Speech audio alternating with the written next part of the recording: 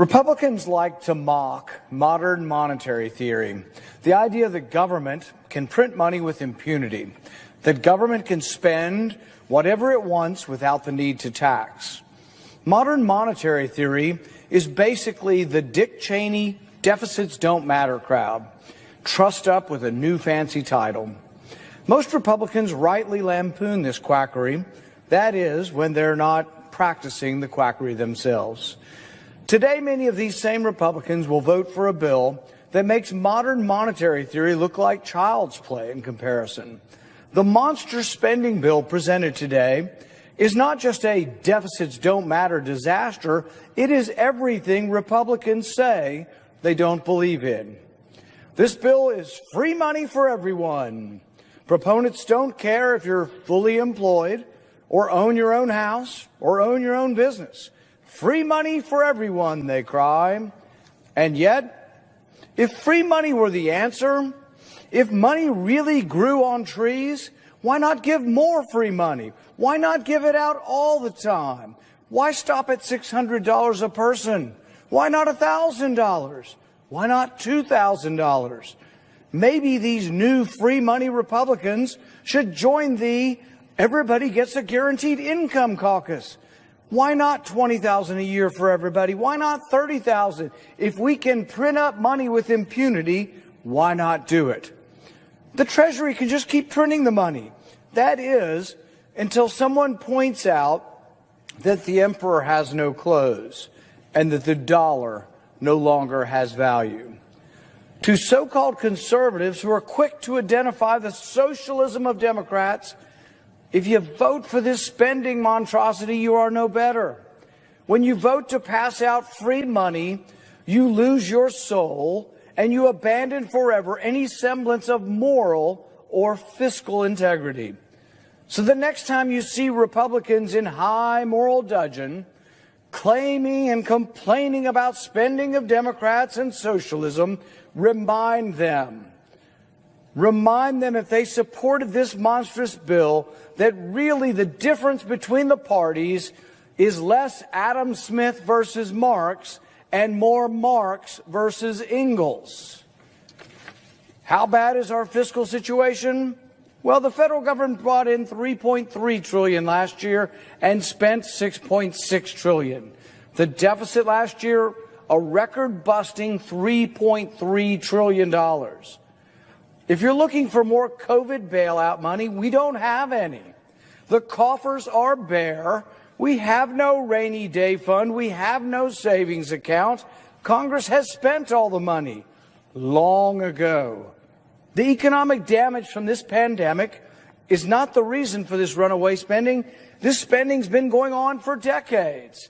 Every year, even before we get to all the extra COVID-free money, we've been spending $1 trillion we don't have. Today's money is gone. So Congress is spending tomorrow's money.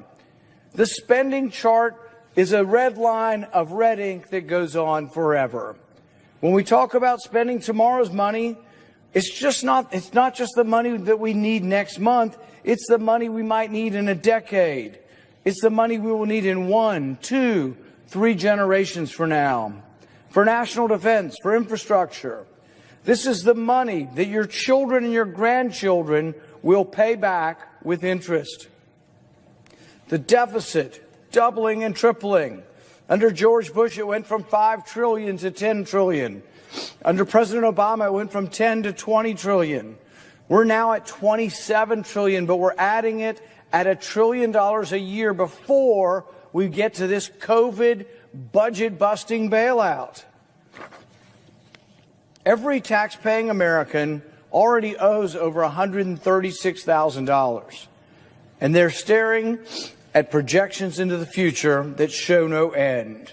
We are $27 trillion in debt today. How do we expect a child to have the economic opportunity when this crushing debt is their inheritance from Congress? The numbers are mind-boggling. It's hard to conceive of what $1 billion is, much less $1 trillion. How big is a billion? Well, 1 billion seconds ago was 1988, and Reagan was president. 1 billion minutes ago, Jesus walked the shore of the Sea of Galilee. A billion hours ago, man still lived in caves. But $1 billion ago was just 80 minutes ago. $1 billion ago, at the rate Congress spends money, was just 80 minutes ago.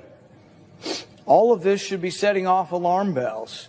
But the only alarm bells in Congress are sounding the alarm for more spending and more debt.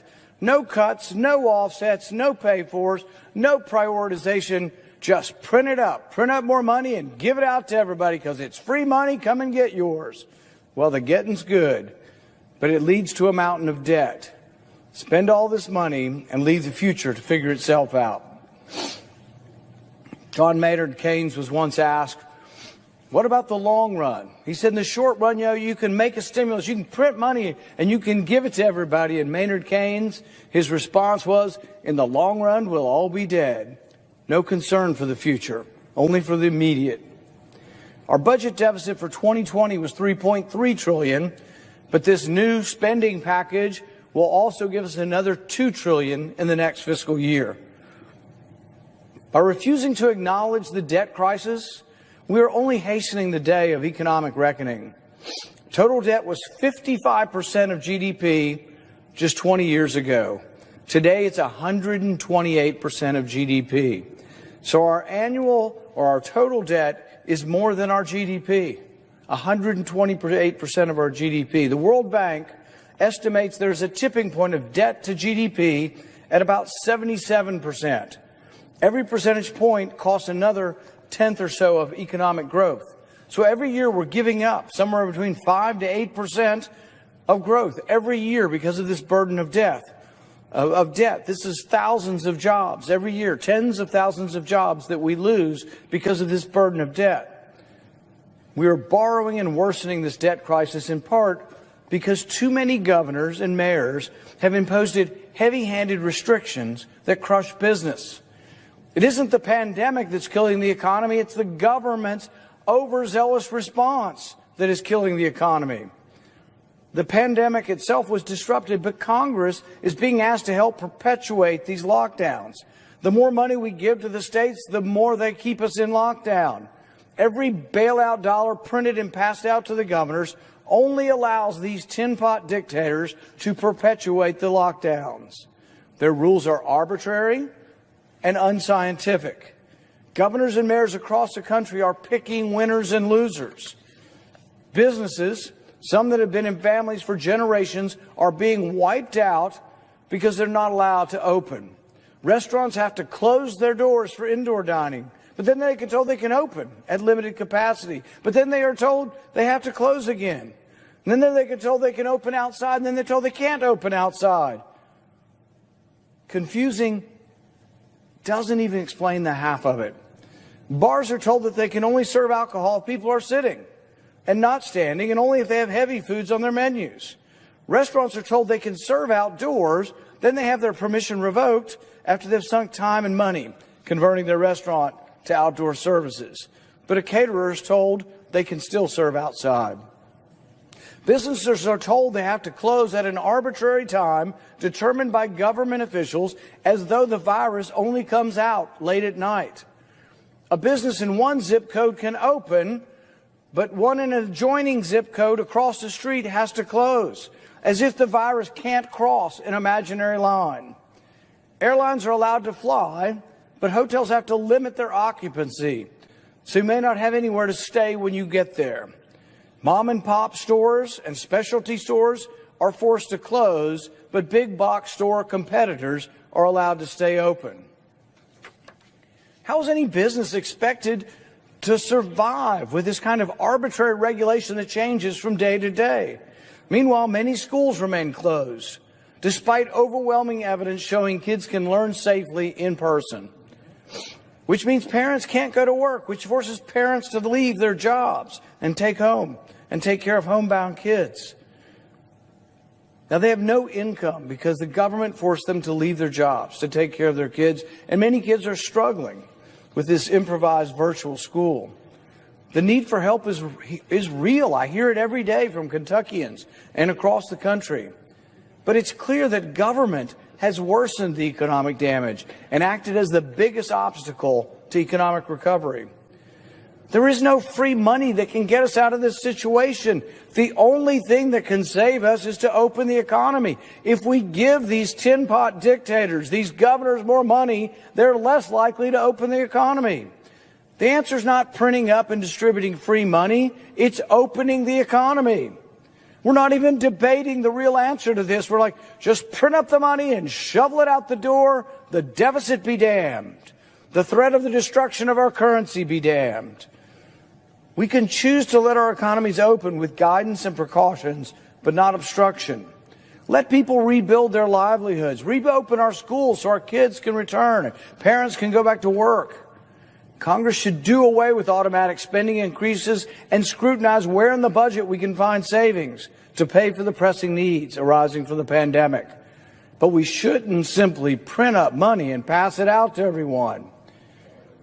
Or Congress can follow the status quo. Congress can continue to borrow from our kids, the same children we've locked out of our schools. Congress can keep enabling and shutting down businesses by force, spend all of today's money and all of tomorrow's money, and then good luck. Good luck figuring out how to pay for all of this massive debt. It doesn't have to be this way. There is another alternative that won't be debated, and that alternative is open the economy. It's not too late to change our course. Cut unnecessary spending, eliminate waste, stop fighting a $50 billion a year war in Afghanistan that hasn't had a military mission in at least a decade. Make the hard decisions now. We can't keep pretending that more debt is a sustainable policy course.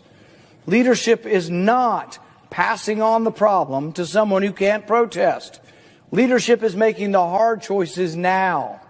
This is what we have to do. I will oppose this new debt, and I will continue to sound the alarm until we change our course.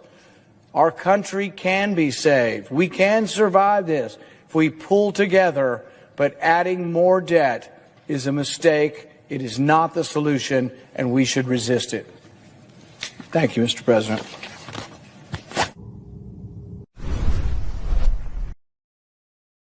It's time for us to resist. They can't arrest all of us.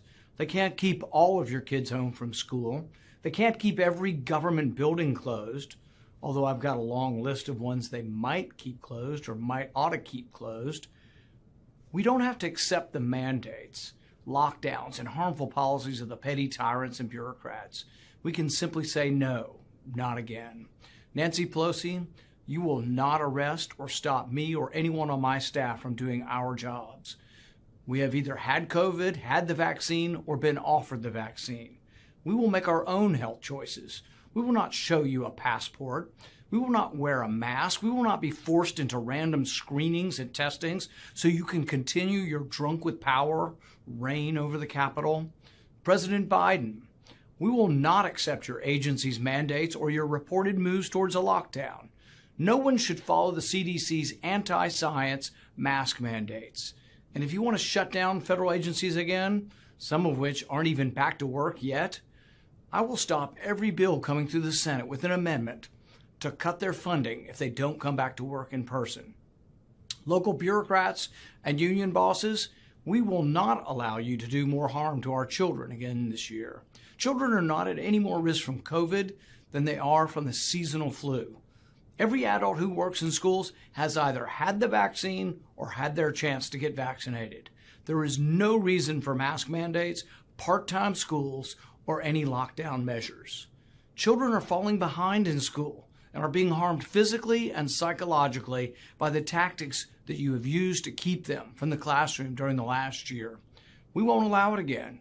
If a school system attempts to keep children from full-time in-person school, I will hold up every bill with 2 amendments, one to defund them and another to allow parents the